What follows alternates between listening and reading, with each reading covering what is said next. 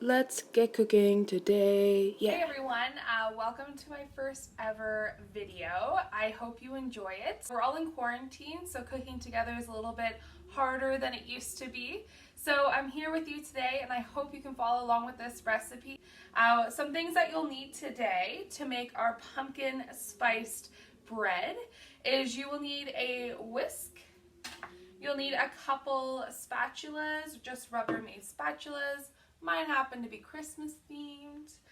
You will also need a couple bowls or a mixing bowl. So I'm doing everything without a mixer today, which is super easy for those who don't like to do those extra dishes.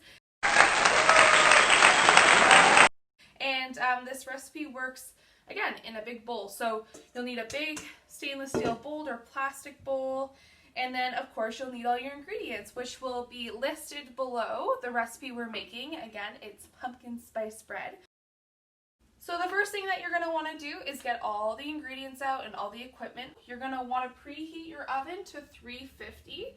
Every oven's a little bit different, but I find 350 bakes your bread perfectly. So let's get to it with our first ingredient, which is 2 cups of white sugar. We're just going to dump that in.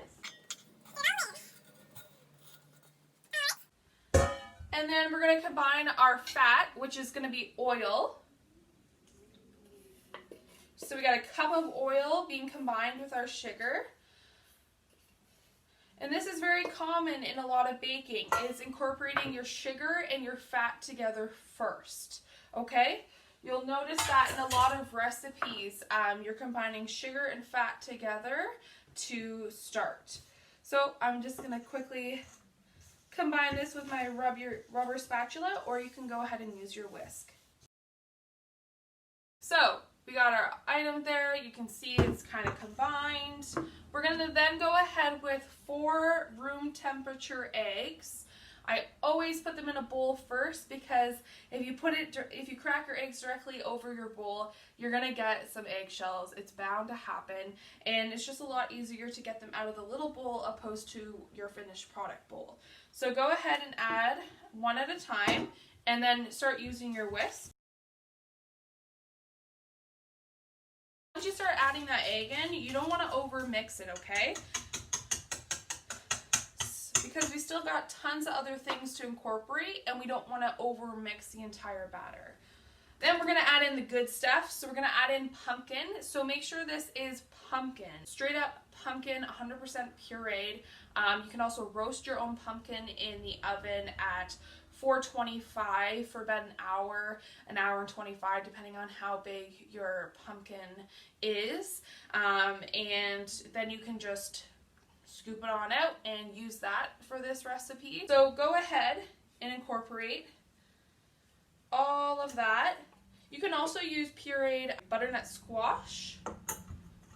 That would be nice. Or sweet potato is really great too. Again, you're going to use your whisk and whisk that all together. Alright, so again, I didn't over mix it, until it started to come together. And then we're going to add 2 teaspoons of baking soda, 2 teaspoons of cinnamon.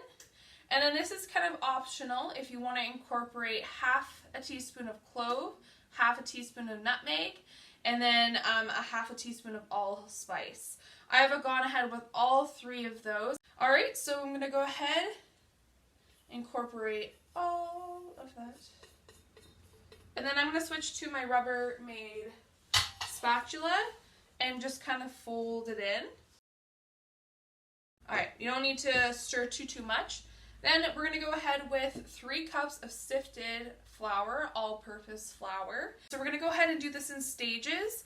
And then we have 3 1/4 cup of just room temperature water on standby. So I'm going to show you a technique that I use to make all cakes, and you'll see it in a lot of recipes. It's really, really important that you do it in these 2 stages. So you're going to incorporate a little bit of your dry. Also, we have a little bit of salt in here as well. So we're just going to incorporate a little bit. So you can kind of see that it's slowly coming together, but it's not all incorporated. So then I'm going to go ahead and add just a quarter of my water.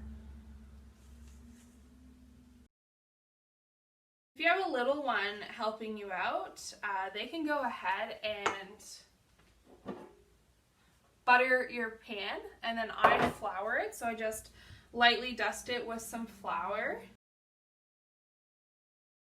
Go ahead and incorporate a little bit more of your flour. All right, so our mixture is nice and combined, no lumps. And then you're gonna use your dish here that is floured and buttered. And we're gonna go ahead and pour it on in. All right, and then we're gonna go ahead and put this in our oven. And presto, we're done. So after this guy has come out of the oven, you're going to let it cool for about 15 minutes and then remove it from that pan.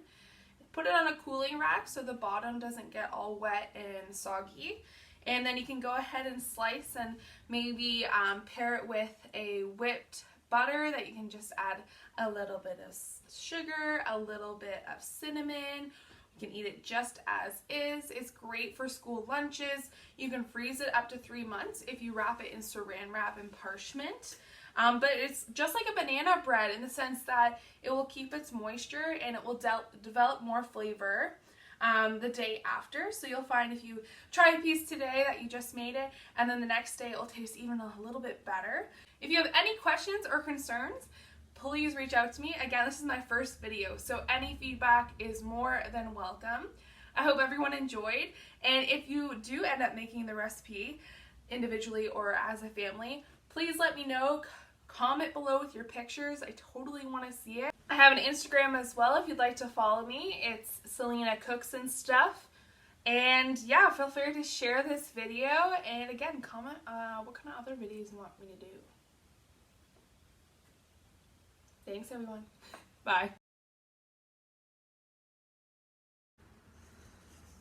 Just when it starts to kind of come together. Well, that's awkward.